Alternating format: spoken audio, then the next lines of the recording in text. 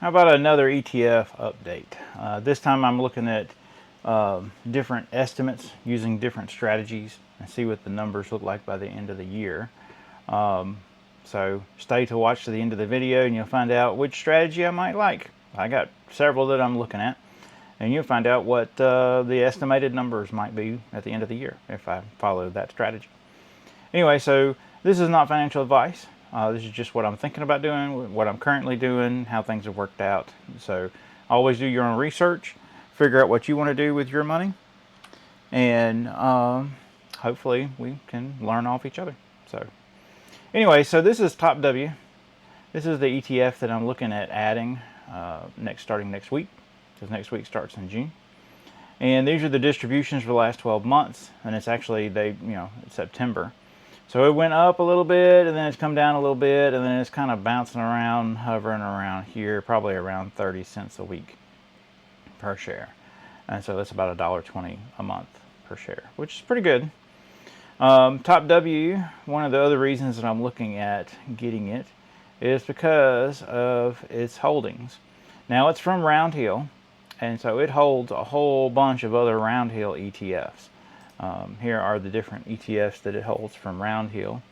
It has one First American Government Obligations Fund, whatever, down there. It has a very small percentage of it in there. But these are the different ETFs that it owns. This is how much it weighs. This is how many shares that ETF it holds, and what the value of those shares are.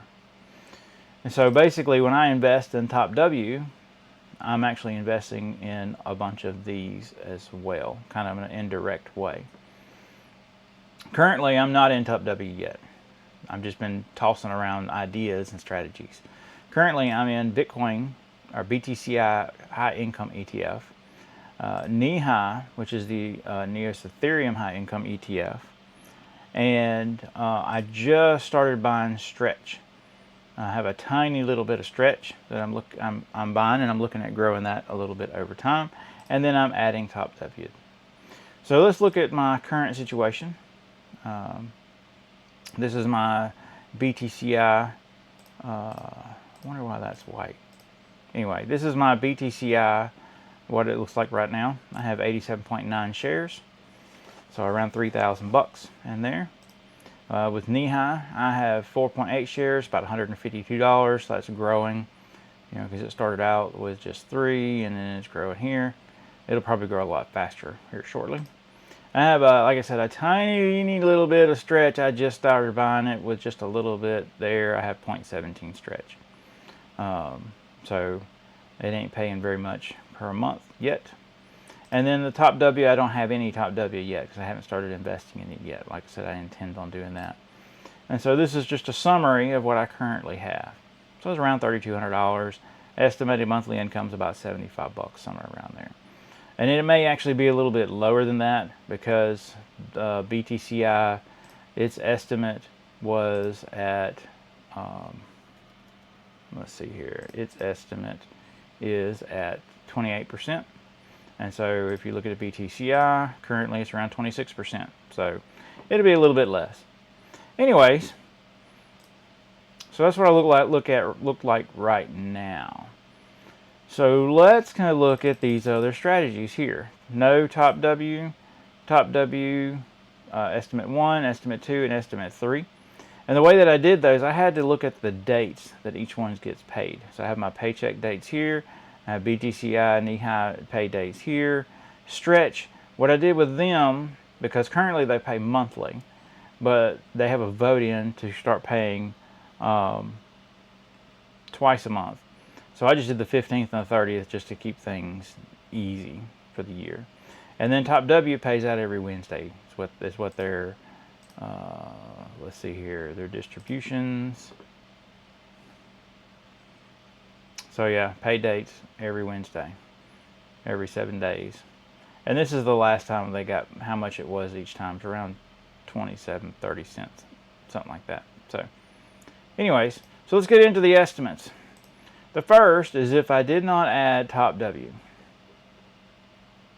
Now, this has some assumptions in it, and these assumptions are going to carry throughout the rest of these estimates.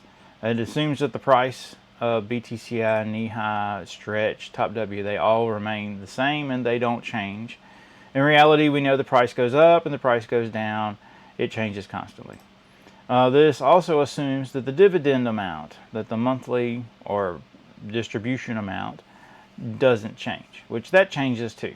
So just to keep math easy, I just keep it where it doesn't change. And then another assumption is that BTCI and NEHI continue to pay monthly, Stretch pays twice a month, and TOPW pays weekly. And then my paycheck, I'm looking at investing $150 with each paycheck to help grow things faster. This strategy, no TOPW, is actually I need to change that. This actually is DCA into BTCI only. That's what that is with each paycheck. There we go. Okay, let's save that. BTCI into DCA into BTCI only with each paycheck, and it's $150. So right here, $150 would buy 4 shares of BTCI. And so I'll be looking at, this is starting June 18th, which is kind of out a couple of weeks, a little over a couple of weeks. So I'd get my NEHI and BTCI dividends. I'm estimating starting out around 93 shares, which I'm pretty close. I have, like I said, 87.9, so I should have 90 shares by that time. Anyway, so 93 shares. And so I would just DCA into BTCI, 4.05 shares each time. So this is not a dollar amount, this is just a share amount. These are shares and these are dollars. Anyways, so then they would pay. BTCI would pay, I'd get a paycheck, Stretch would pay, then more paychecks, and back and forth. Keep going down till December 30th.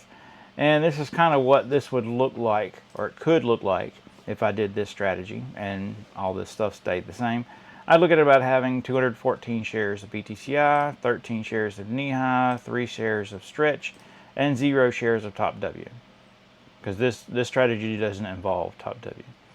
And then I'd be a little bit over $8,700 in value, earning about 178 bucks a month. Now, this next strategy, I'm adding TOPW into the mix, but I'm still only DCAing into BTCI. So it's still going to be 4.05 shares each time, each paycheck. And so I go down, I have the BTCI NEHI dividends paid, but then I'm adding the weekly pay from TOPW and then Stretch twice a month, and then the next paycheck, and blah, blah, blah. Keep going down till December 30th. I'm looking at having 212 shares in BTCI, 11 shares in NEHI, 2.5 shares, almost 2.5 shares in Stretch, and a little over 6 shares in TOPW, about 87.46. So that was 87.46. This one was 87.25. So it's a little bit better. But let's look at this next strategy here. This is TOPW strategy number 2, or estimate number 2. And this is 20% DCA'd into each fund and keeping 20% in cash reserves. So 20% goes into BTCI with each paycheck, 20% goes into NEHI, 20% Stretch, 20% TOPW, and then 20% gets left in cash reserves to be added to the next dividend payout. As you can see right here, it just adds the dividend that I get paid plus this and that. So then it divides it all up amongst the rest of them like usual. So as dividends get paid with that strategy, at the end of the year, I'm looking at have 127 BTCI, which I still get my 120 BTCI goal for the year. 41.5 NEHI, 13 Stretch, 35 TOPW, and 87.58, paying about 93 bucks a month, somewhere around in there.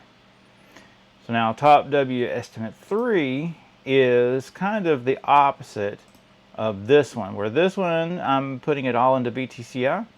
TOPW estimate 3 is where I'm putting 80%, see 0.8, 80% into TOPW with each paycheck. and 20% goes to cash reserves. I just did a little experiment just to see what would happen if I did it the opposite of what I'm doing it now.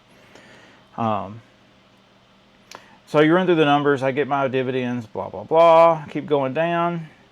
At the end of the year, on the 30th, I'd have 104 BTCI, which means I wouldn't meet my goal of having 120 BTCI shares. I'd have 16.8 NEHI, 4.3 stretch, and 109 TOPW. And the portfolio value would be 88.44, paying out 240 a month. Now, that's a lot of data, a lot of numbers for those 4 strategies. So let's look at it all together. Now this is a comparison of all those strategies. See, no TOPW, TOPW1, TOPW2, TOPW3.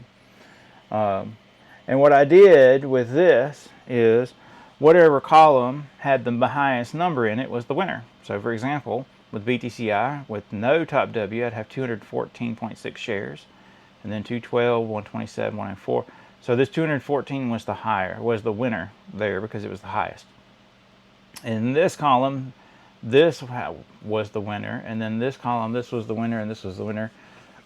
The 4th TOPW estimate, or TOPW estimate number 3, actually, had the highest total value and the highest monthly income. So then I'm looking at, okay, well, how many places does each one of these things have a winner? So this strategy number 1, it only wins in one spot. It's only bold in one spot. All right, so then strategy number 2, it's not bold anywhere. It don't win in any spots. So that's kind of a no-go. And then strategy number 3, it wins in 3 different spots. And then strategy number 4, it has a win in 2 spots, the total value and the monthly income. So this strategy right here, this TOPW estimate number 2, is where I DCA, my paycheck DCA is split evenly between BTCI, NEHI, stretch, TOPW, and the cash reserves, 20% into each of them. And so that gets me the most winners. And I still get to get my 120 BTCI share goal. It's a little bit, it's about almost $100 less at the end of the year than this 4th one. And it's paying out about $47 less per month there. But in my opinion, it's more diversified.